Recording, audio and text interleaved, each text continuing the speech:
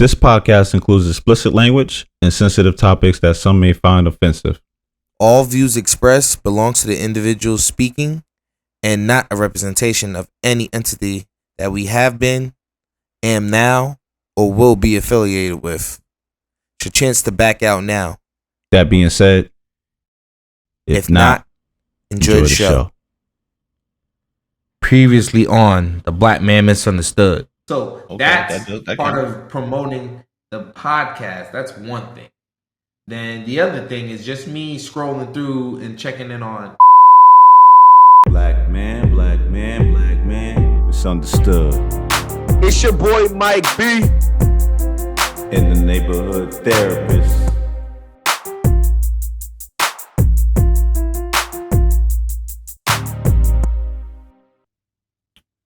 Welcome to the Black Man Misunderstood. Here we discuss topics about the black man that many are afraid to speak on. I am your host, the neighborhood therapist, and I'm rocking with my brother as always. Mike B. Yeah. And this is episode 26 of season 3, Unwritten Rules. Mike, straight to it. What's the definition of an unwritten rule? So, on my research and studies, you know how we always do. This is the rule. This is the definition I found. It's behavioral constraints that are imposed in organizations or societies that are not typically voiced or written down.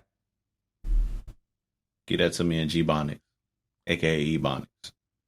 Basically, you better know what this means and just do it, because I ain't gonna tell you, and it's nowhere to be found in a book or somewhere else, either the hood manual. I got a slightly different one. Okay. It's something that's passed down from generation to generation, or block to block, hood to hood, verbally, or inferred. Right? You kind of pick up on it after a while because people just don't do it. And you don't want to be too different to where you're outcasted. So you fall in line and you realize, you finally figure out, like, hey, you know what? I think that's a rule, but nobody speaks about it. So yeah, I'm just going to do it. True. Mm-hmm. True. So, with that being said, who's in charge of said rules? The police? Rule? Society? Who? Who's in charge? What's your take on this? The unwritten rules? That's what you're asking? Yeah, man. The people, the culture. It just depends on where you're from. So I can only speak for black culture. Black culture, the people that are in charge are the culture. I would say, and it was a time it was the elders, but it seems like now in 2022, it's whoever has the most followers. Hate to say it, but I don't know about that. The reason why I don't know about that is because some of these rules are not always shown on social media. I feel like it goes back to what you were saying, that it is the people. So it's your friends, your family members, your brothers from another mother, your sisters from another mother, that police these rules, right? And it's not even more so like, oh, you ain't supposed to be doing that. It's like you get the look, or you get that little nice tap on your back, but like the shaking of the head.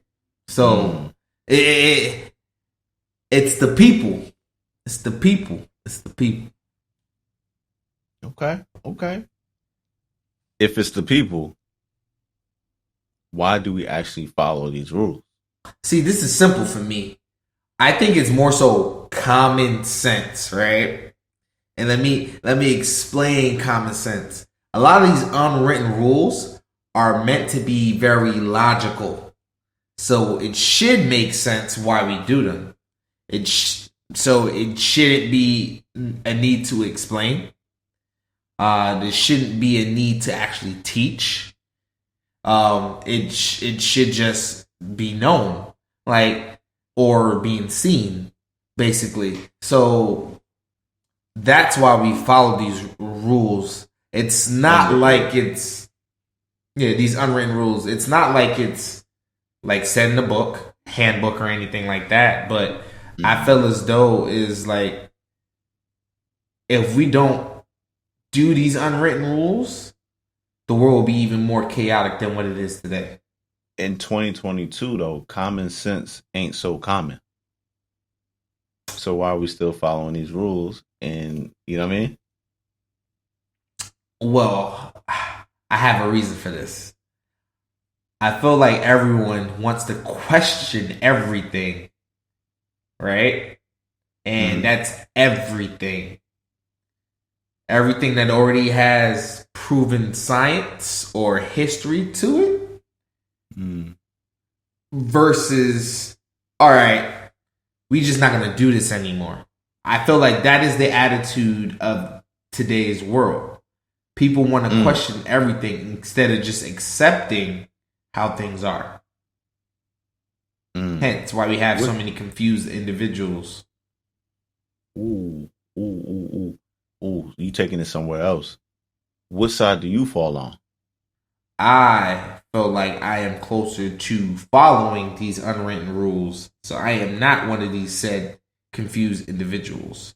Because when it comes to these rules, I know who I am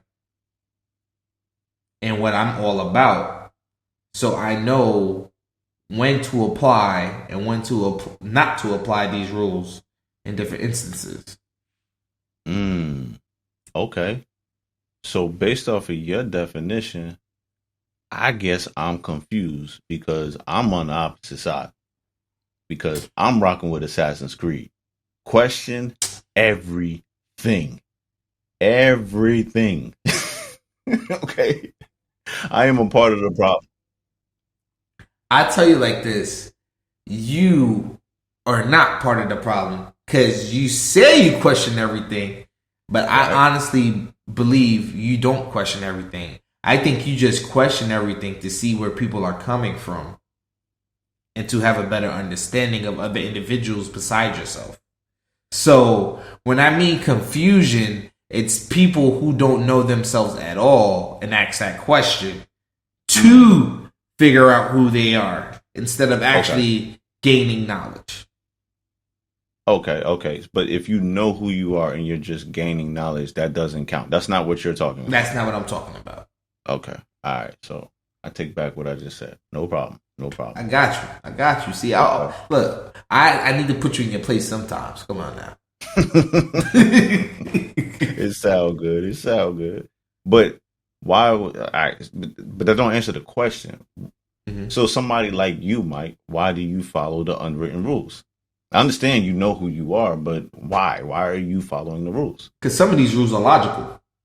So to you, to us, but to be honest, to you, Mike.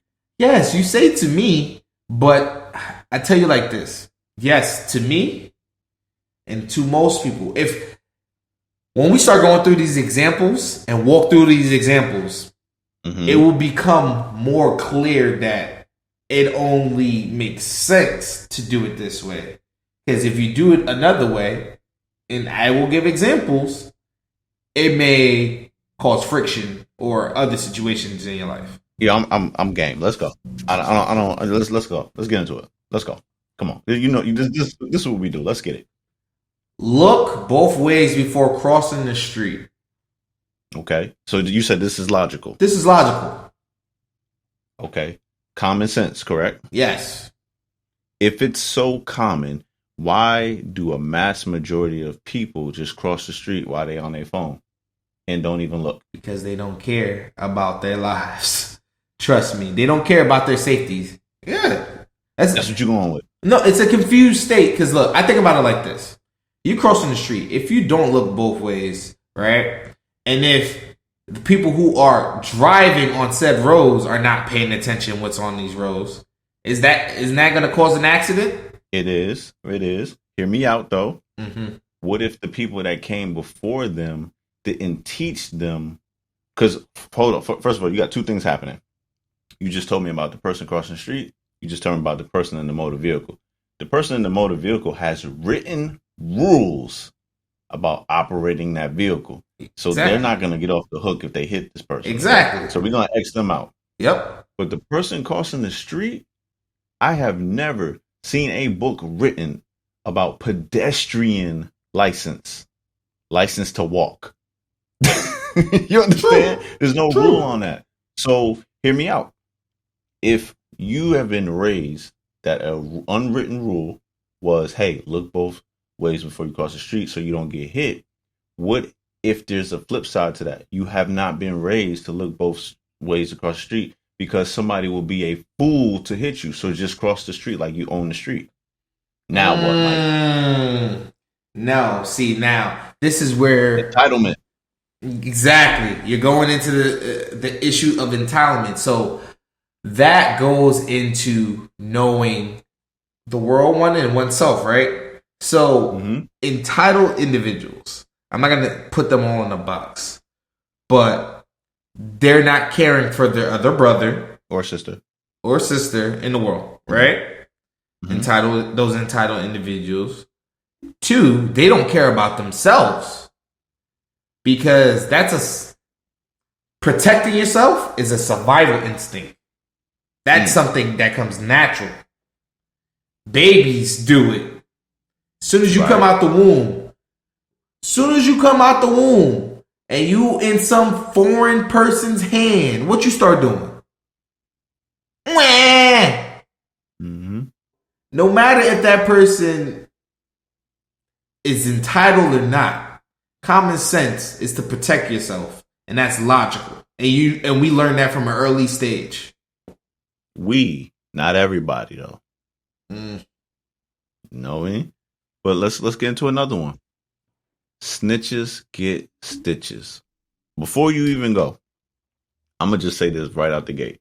Do not tell me that people still stand on this because Tekashi 6ix9ine is still roaming around in the streets based off of the business that he did.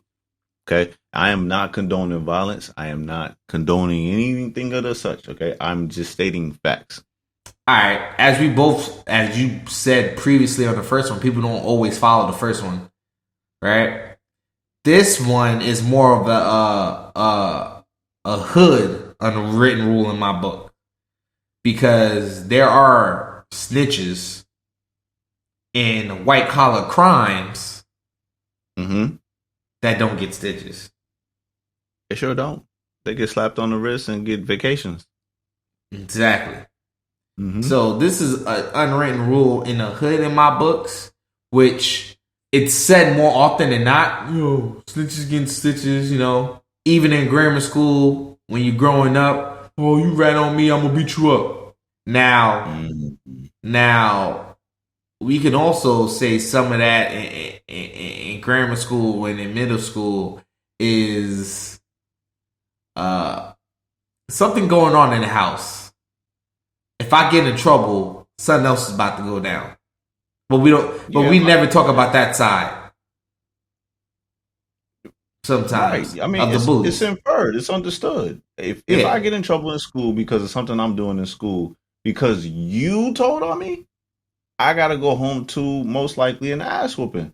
So if I get my ass whooped, I'm coming back to school and I'm beating your ass.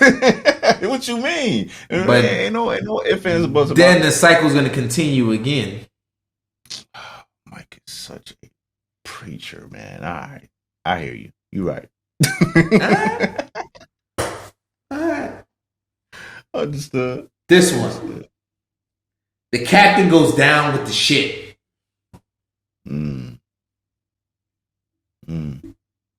I'm actually one of the few people that still stand on this. If it's kind of like the snitches get stitches theory, man. Like if you was bold enough to do whatever it is that you was doing and you was leading it, unless you got something in place, kind of like I don't want to refer to mafia, but like something like that, When you got your pawns in place, your soldiers in place, they are okay with going down for that because there's a bigger scheme of things. Then absolutely. But like, if the feds come knocking and they catch all of y'all, I truly believe that the leaders should step up and be like, yo, nah, let all these people go. They ain't got nothing to do with this on me.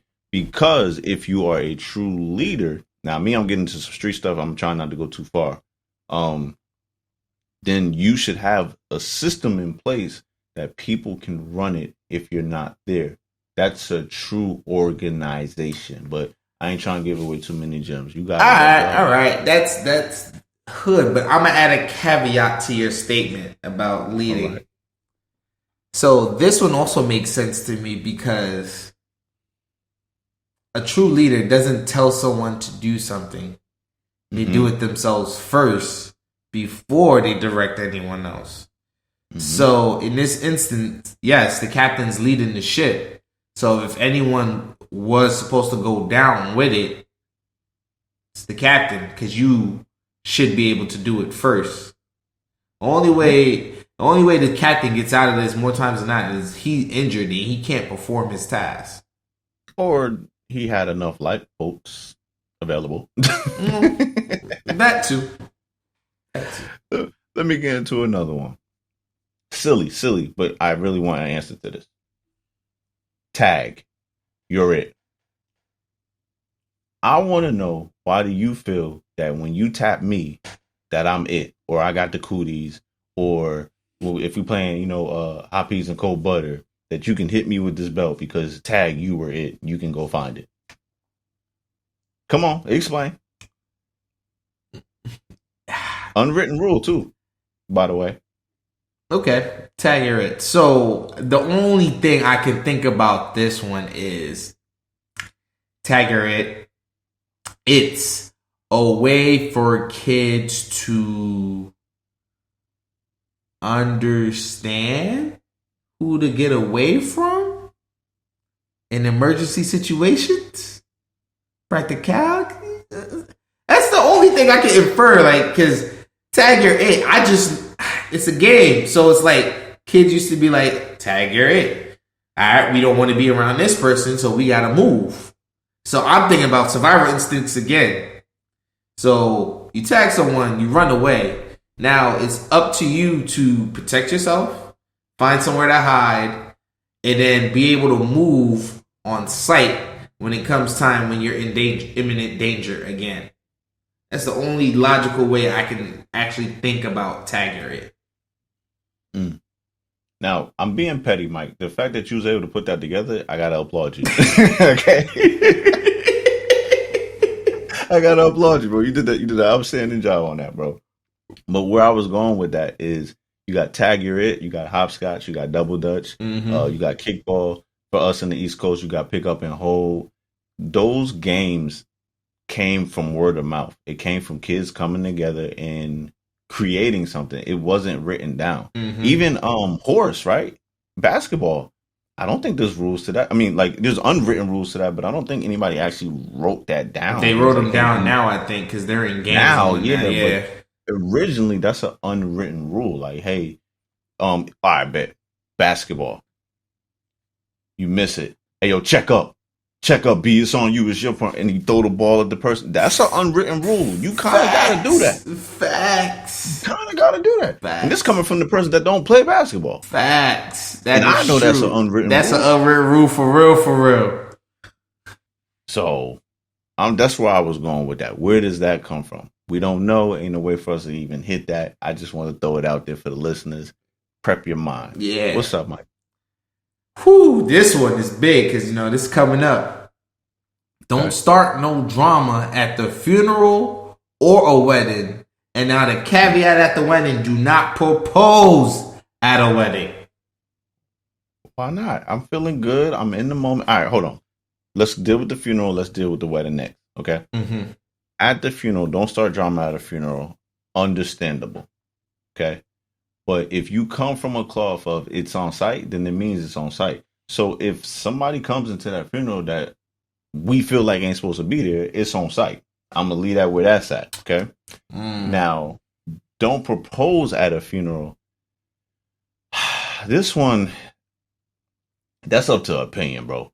Me personally, it's kind of tacky. I ain't gonna lie to you, but live your life. I actually know people that have proposed to their spouses at funerals. It has been the funerals of the opposite person's mother, father, things like that, and I guess they felt like that was the opportune time to say, "Hey, look, in this moment of grieving, here's a positive out of it."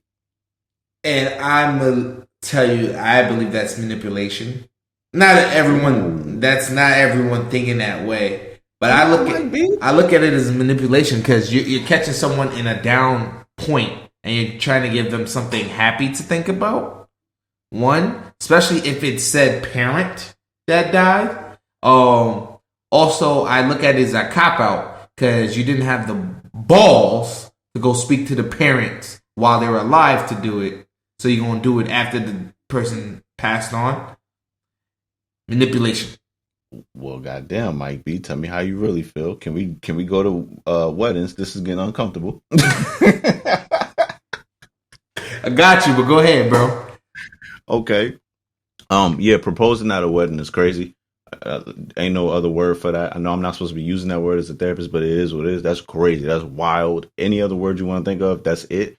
Because that's somebody else's event, and then you can't tell me, "Oh, I felt so good. I just thought that was the opportunity." Play like, bro, these people paid money for this to pop off and to be the way that it is, and you're trying to steal the moment by proposing to your person. Yep.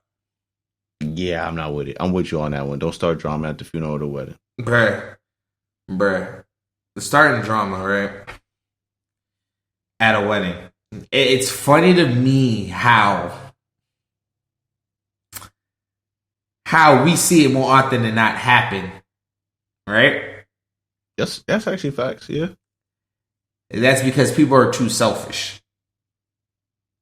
That's the same thing. That's the same thing with the proposal. It's too selfish. You're doing it at someone else's event, like you said, that they paid, that they invited the people that they invited there. It doesn't matter that you're just as close to these people as them. It is not your day. Right? 1. 2, the families and the parties of these people are protecting the 2 people who planned everything up to that day. Because that day is supposed to be stress-free. It's supposed to be a day of enjoyment, laughter, and celebration to new beginnings. So that is tacky. Because you ain't got enough money or enough balls, once again, to plan your own thing, to come up with the event, or to go get help when you need it, to plan it, to do it on your own time, in your own opportunity. Mike, can I continue on this same topic and talk about an unwritten and unspoken about rule when it comes to weddings that we just don't address, but it's time? All right, go ahead. Talk to me, bro.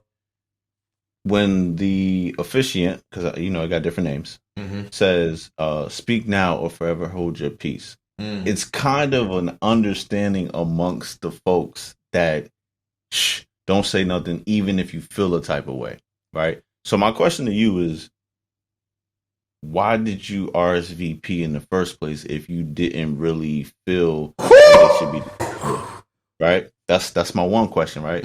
Because there's easy answers to that.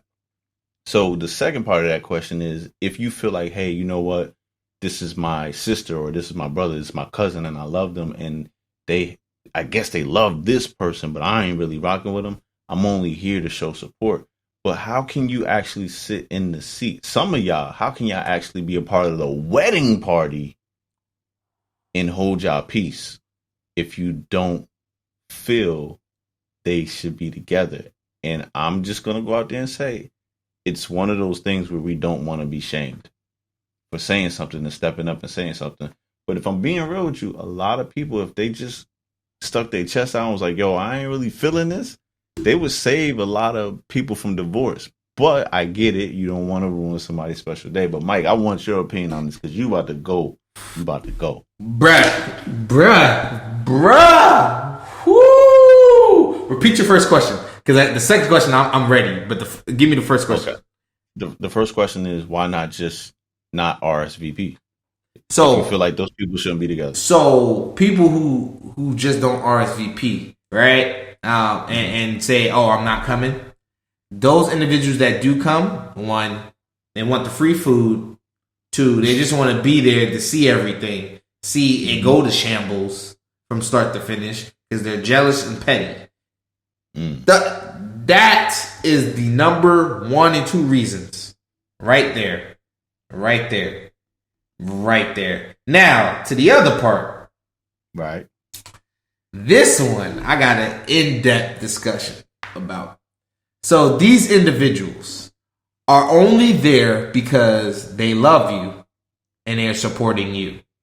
Some of these said individuals could be petty and be like, yeah, I'm going to watch it all fall from shambles from the beginning.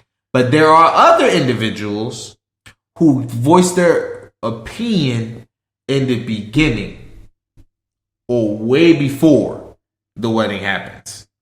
These individuals can go one or two ways. One, lose their friend forever because they don't believe what they're doing is right. All right. Two, be there and keep quiet because they love their friend and this is their day.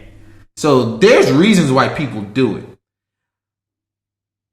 And I'm not saying either way is wrong, because people got to live and learn of their own decisions and consequences. So that is why, in my opinion, for both those situations. But definitely, don't just go to a wedding because you're going to get free food. And also, people, please do not invite yourself to a wedding because you think you're entitled to it. Right. People are paying for your plate. Right. And also, an unwritten rule: do not show up without a gift. I am the gift, though. Now let me stop. Now, some people gonna think like that. Some people gonna think like that. Like, I understand if you're like how me and my sister like to say it, broke pockets, right? And you ain't got it like that. But you're there to support the couple and you help them out at some point later on. I was there at one point. I ain't gonna lie. Or a gift card. A gift card works just fine. Yeah, no, gift card works is fine too. Giving some. But those individuals who have the audacity just to show up and eat all the food and not leave a dime and have the sense of entitlement of being invited, that's where people lose me. It's proper etiquette. You're paying it forward to a new couple. Okay. Now, Mike, this wedding is a sensitive topic to you, so I actually want to bring the smoke to you, and then I'm going to leave it alone. I'm going to go to the next unwritten rule. Really want you to think about this. Don't just give me an answer, okay? What am I to you for your wedding? Like, what's my title? All right, your title is best man. Okay, I bet. So, if the time comes and the officiant is going through the vows, everything, right? At this time, if anybody has anything to say, speak now, forever hold your peace. What if I, your best man, hold my hand up, go in front of everybody and go, you know what? I was going to let this happen, but Mike, I don't think Shorty is right for you. How would you feel? How do you think you would respond to that? This is me we talking about. Take your time before you answer that. Wow. Yeah, we here. Wow, I was not expecting that. We here, bro. But I want you to be honest. You better be honest. I have a definitely honest answer. One, first of all, it'd be shocking to me. The reason why it'd be shocking to me is because since the start of my relationship, you have said nothing but good things about stuff after you met her. Of course, We're gonna call her Shorty though. We're not gonna Shorty. because I'm big on words. That's why we're gonna say Shorty. Shorty. Yeah. You were up front, and most of my family and friends were about how they felt like I gotta wait till I meet her, to get a full understanding, and then I'll give you my critiques. Mm-hmm. The other reason why I'd be hurt and shocked is because I look to, everyone knows this, Big Sis for her approval. Most people don't know this. You and my brothers are the next tier. Respect. You and my brothers in the next tier. If my brothers like her and feeling her, be like, all right, I can see Mike with her, cool. And if you, because we speak frequently, and for you not to tell me at any other point in time prior to my wedding, save me money, bruh. I'm thinking logical, save me time and effort. I'm thinking all of that stuff. Fact. I'm gonna look at it as a slap in the face by you. And to be honest with you, I'm probably gonna have to tell someone to escort you out and have someone replace you in that moment. That's real. And like, what about the brotherhood after that? bruh, Is it over? See, I'm not the one to end stuff that early, right? But that instance, I would probably have to ponder on that because the missus, the person who should be my number one and who will be my number one, is going to feel some type of way about that. And I got to make sure she is comfortable and good. So if that's the end of the relationship, that might have to be the end of the relationship at that point. I might have to love you from a distance and remember the good times. Respect. That's an honest answer. I gotta respect it. I came for smoking. I like it. I like this, Mike. Next rule. All right. Moms and kids are off limits in beef amongst men. Facts. Notice I said beef amongst men. Mm-hmm. Men. People that identify as men. That is an unwritten rule. It was anyway. Yeah. Recently, I'm not so sure. Yeah. No, it's definitely an unwritten rule because even you got to look at it back to like when we say the captain goes down with the ship. In those instances with lifeboats, who's first? Women and children. There's a reason why we save women and children. So in the future. So mom and kids are off limits. Period. Because these are the individuals we are supposed to protect and build up. So, yep, I'm with you. Unwritten rule that needs to stay, but it gets murky these days. Right.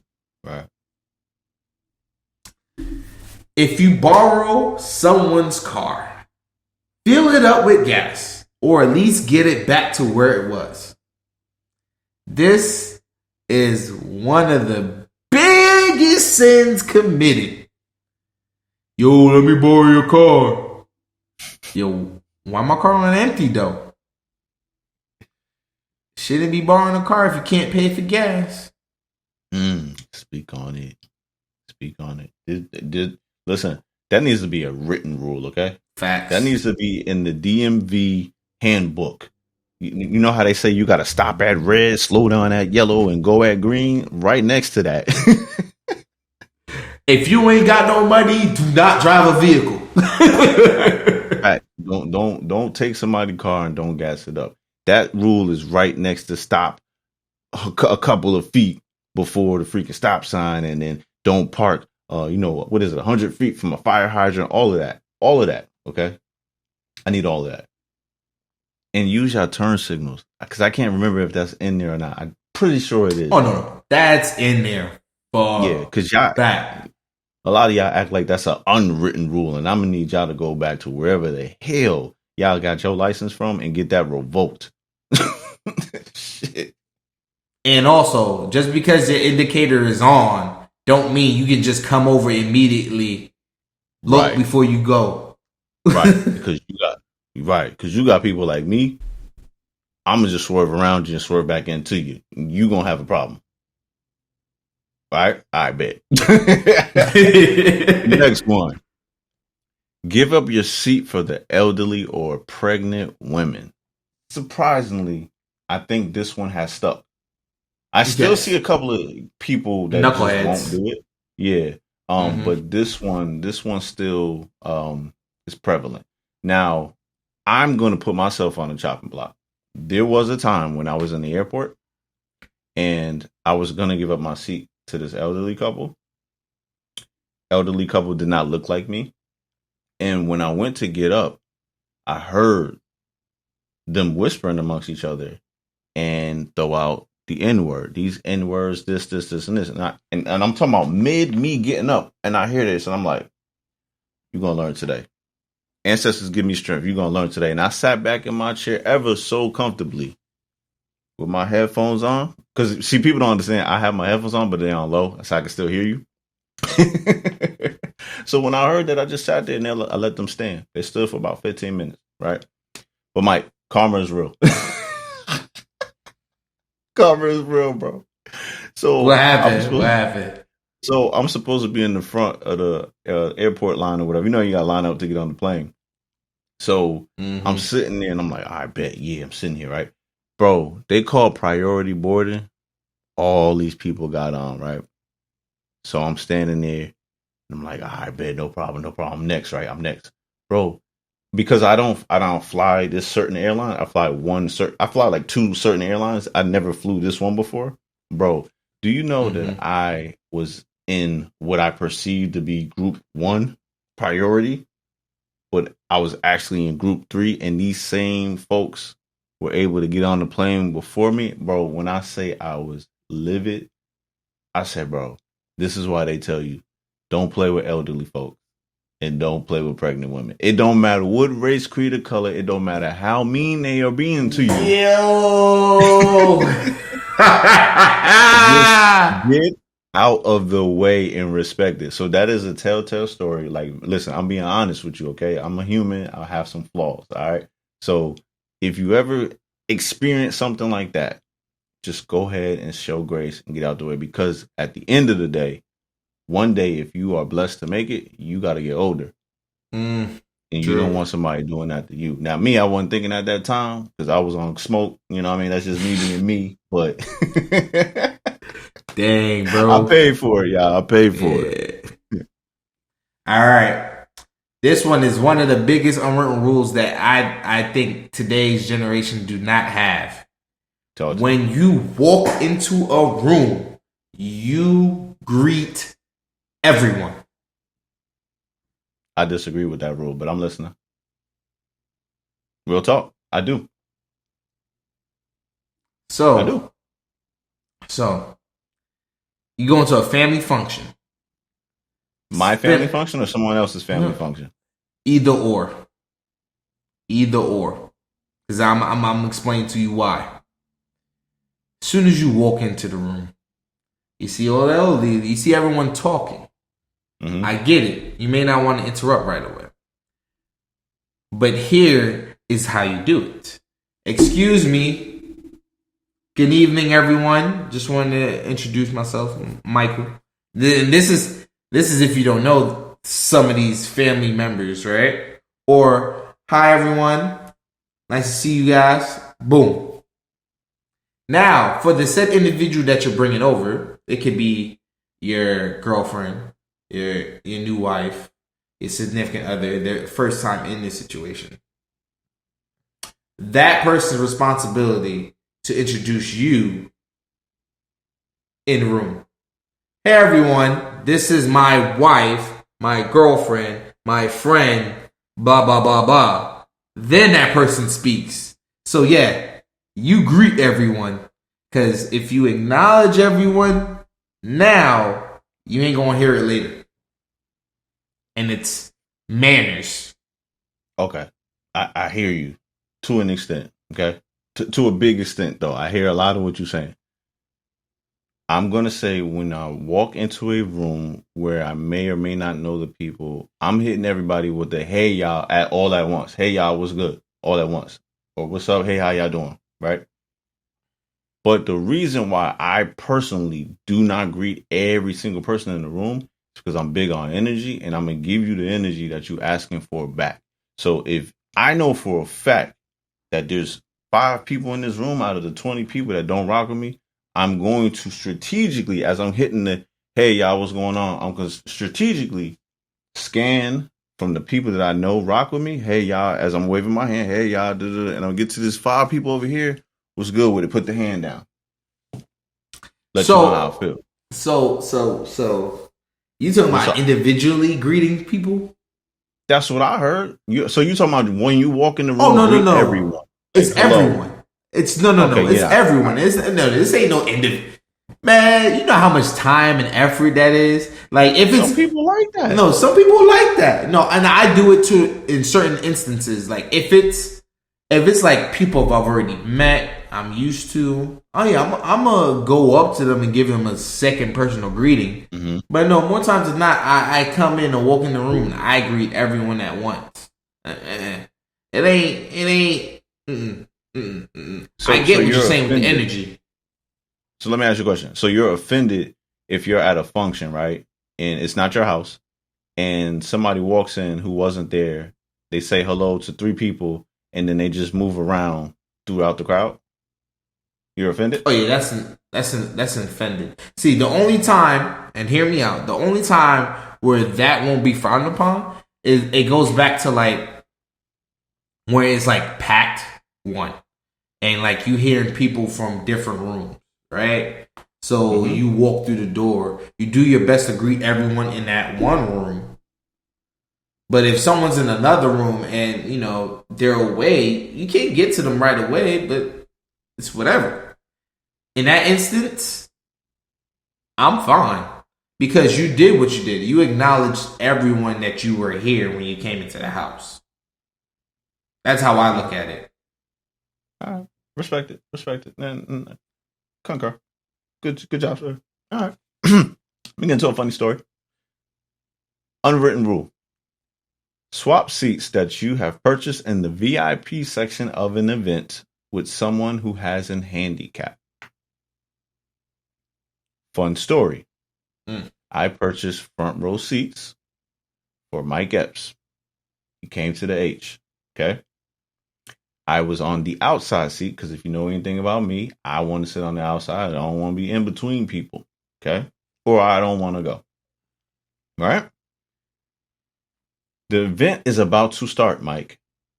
And the usher taps me. And I'm looking at the usher like, bro, because backstory.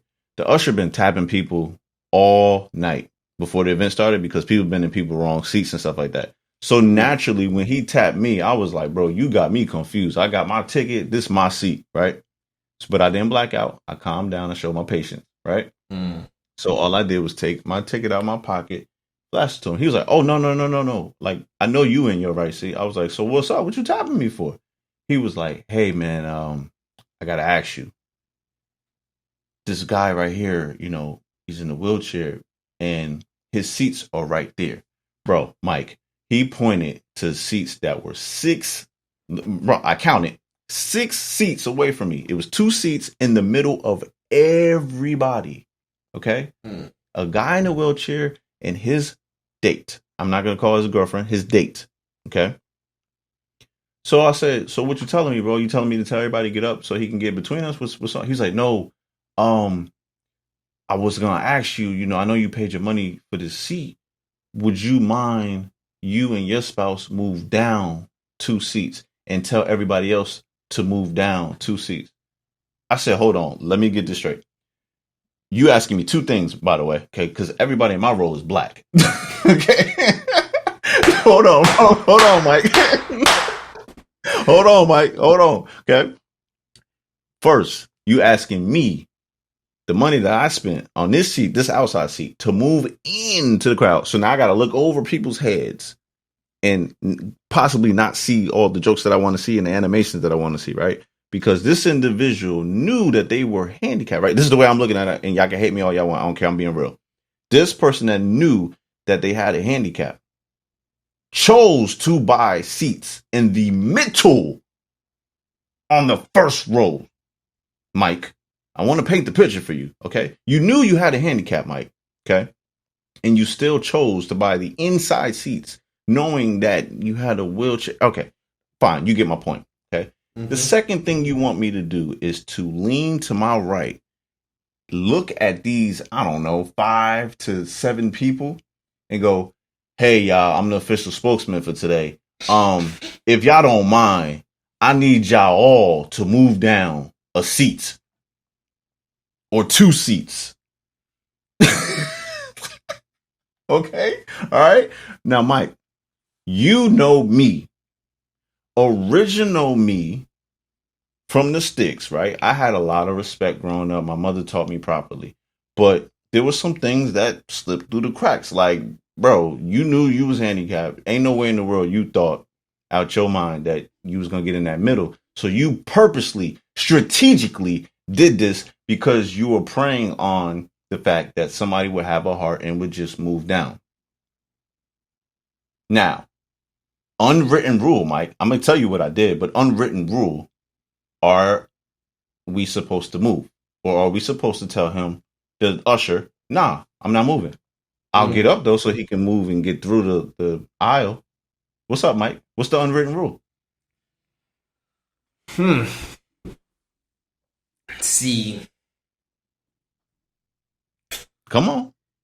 I don't know if that's a real unwritten rule, in my opinion, because I see. I'm with you on your point about they knew they were handicapped way before this.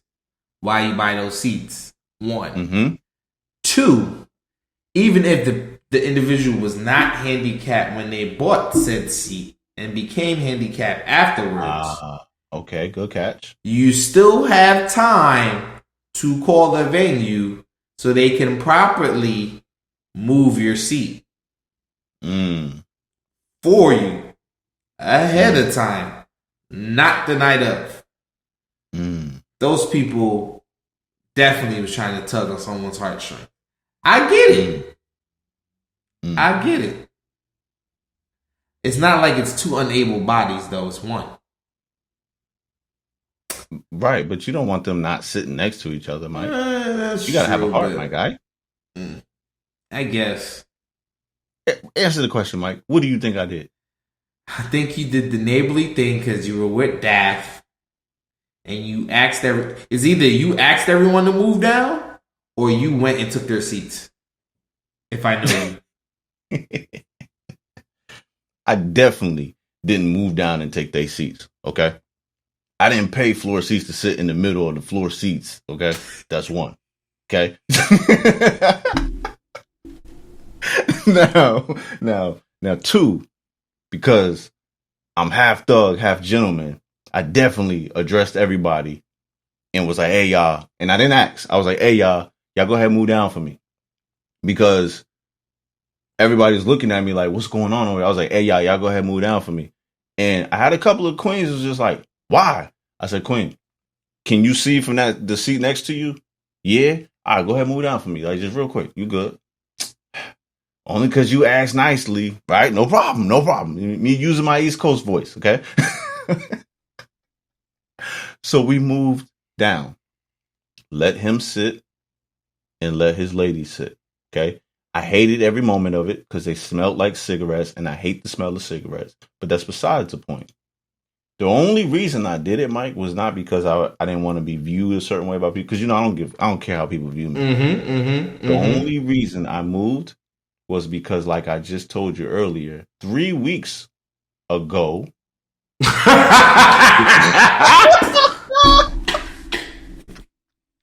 3 weeks ago, I had not given up my seat to to this elderly couple on this plane to sit down. Not the plane, but before you get on the plane to sit down. And in my mind, at this concert, I said, you know what? This is karma coming back twice for me. So if I don't move, I already know what this is going to be, bro. So I moved, bro. And even Daff was like, babe, that was nice what you did, but we paid for these seats. I was like, Daff, you just don't understand how the spirit work and karma. I'm good. It's cool. Yo, I I thought it was Daff. But I forget sis got a gangster side to her too. I forget. Right. I forget. Right. Because she said the same thing I said. Like, yo, why would you take those seats knowing that you had that going on? You purposely did that. But yeah, bro, that was the only reason I moved. Because otherwise, people would have been looking at me crazy. Like, why didn't he move, bro? Mind your business. I paid for these seats. I'm not moving. Like, I'll get up though so you can get through, but I'm not moving. Anyway, keep going, Mike. Oh man, that was a great story though. I love it. I love it. That was you know what? I heard the story. I'm like, oh, these happened 2 separate occasions. I know there was only a couple of weeks apart. Only a couple of weeks apart, bro. God is funny, bro. God is the ultimate comedian. Y'all think Mike Epps and Kevin Hart is funny? Like, Man Upstairs is funny. Oh man. All right. You don't talk about someone's ill family member. That's given on the rule. Oh yeah, it's on site. It's given. I think everybody lives by that, right? Yep. I mean, these new age drill rappers are wilding, but other than that, yeah, yeah, okay. This is unwritten, but it's a fact. Okay, Mike, I love you. You my brother. Okay. Mm-hmm.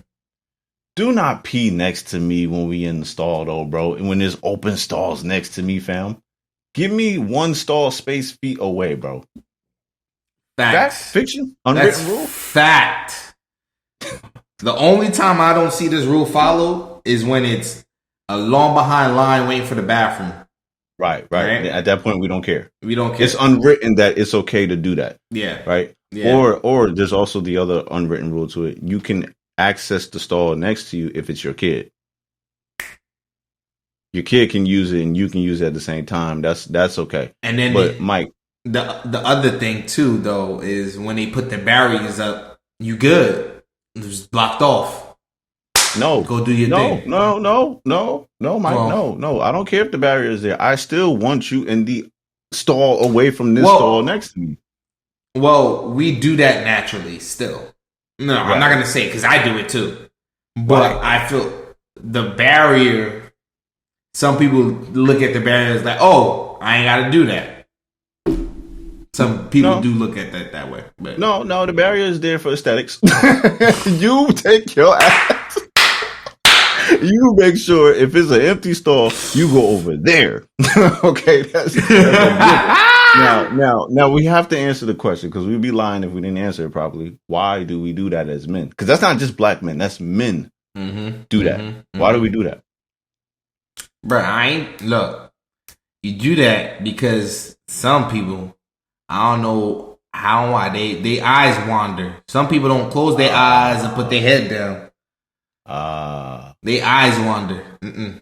I don't need some other dude looking at my junk. I'm good. I'm good. Okay. Because another unwritten rule is with the shaking. You say.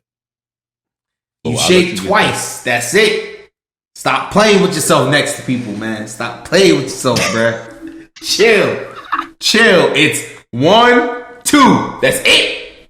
You ain't a kid. Kids can get away with it because they don't know no better. Grown man is twice. That's it.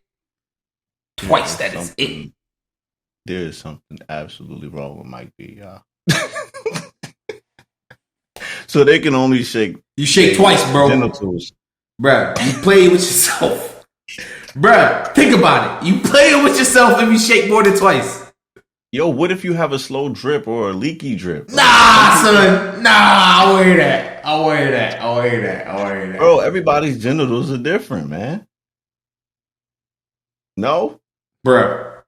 So no, you shake 3 times and see what? That don't look right. Forget how it look. What if your package the way it's situated, you need 3 shakes to be clear and clean, or unless it's gonna drain down your leg when you put it back. That's why you have layers of clothing. Yo, you got a pocket, yo. So, Mike, by your standards, right? I'm gonna ask you a personal question. You ain't gotta answer it. When you in the shower, you only wash that with a few strokes, because any more strokes than a few strokes, you playing with yourself in the shower. Oh, first of all, it's not a public area. You home taking the shower. You making sure you making sure your willy clean, bruh. You don't want no dirty willy walking around here. Okay, so by your logic, this is only in a public restroom. Oh, that shake? Yeah, that's yes. Public restroom. Yeah, that's public. Okay. So when you at home, does the 2 rules still apply? People do it. I do it naturally at home. Bang, bang. But at that point in time, you know, for people who actually got leaky willies, they can use the toilet paper and be like, pat, pat, pat. You good. Look, whatever floats your boat, bruh. Shake twice. That's it. It's crazy, bro. Heard you. Let's get into a serious one. Okay. You know, let me get the laughing out my face, because I want everybody to see me when I say this, and I want you to hear me clearly when I say it. If you do not identify with black or anything associated with black, don't say it. I ain't got to say what it is. You know what I'm talking about. Now, you're going to have some people that go, well, I have black friends and they allow me to say it. Okay, that is what we call a impasse, right? I'm not going to say it on this podcast. That's what we call an impasse, right? You need to understand something. Marlon Wayne said it best. And I'm looking directly at y'all to let y'all know how serious I am. Okay. Marlon Wayne said, when somebody gives you that impasse, you need to understand that is for an impasse for y'all collective. Okay. You and your black friends. But when you go outside of you and your black friends and you meet other black people, you need to have that impasse recertified every time you encounter a black person, because there are people that exist in the world that they'll go ahead and allow you to say the impasse word, right? Then they're going to look at you, and then they're going to proceed to open hand smack the living daylights out of you, and you're going to be confused as to what's going on. You're going to be like, I don't understand. My black friends let me say it. Bro, those are your black friends. People lose their jobs over this. I don't know. What? Oh, jobs. I don't know. Worry about nobody losing your job. People lose their lives over this. That too. Okay? If you do not identify as a black individual, I just prefer you not say it. Now, there's a caveat to this. We're from the East Coast, right?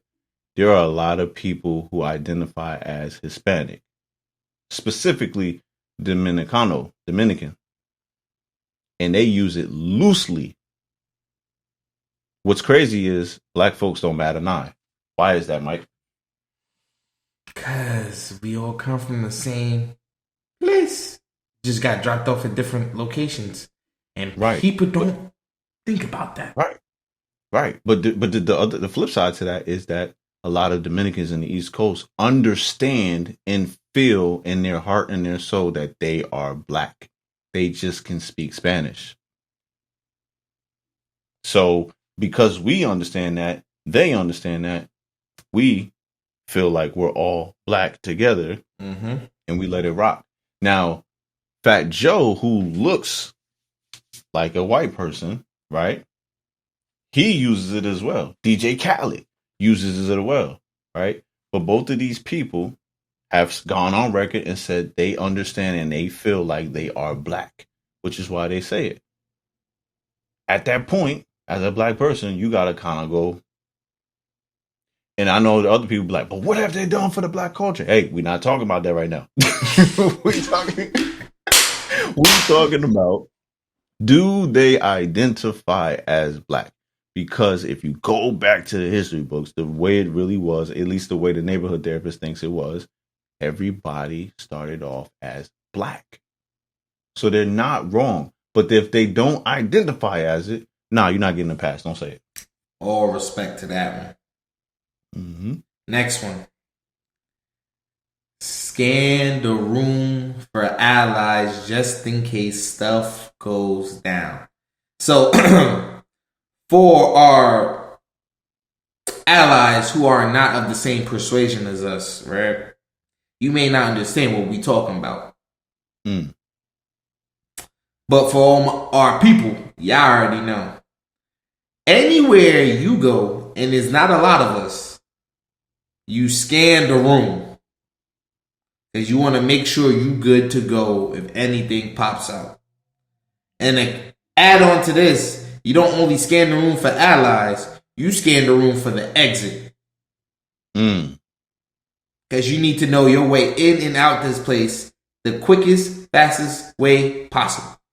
Do you find that a lot of the rooms you go into, you can find allies? You personally? I say for the most part, yes. Okay. What's your definition of an ally? Because in 2022, it has a different connotation. Yeah, I know. So, ally.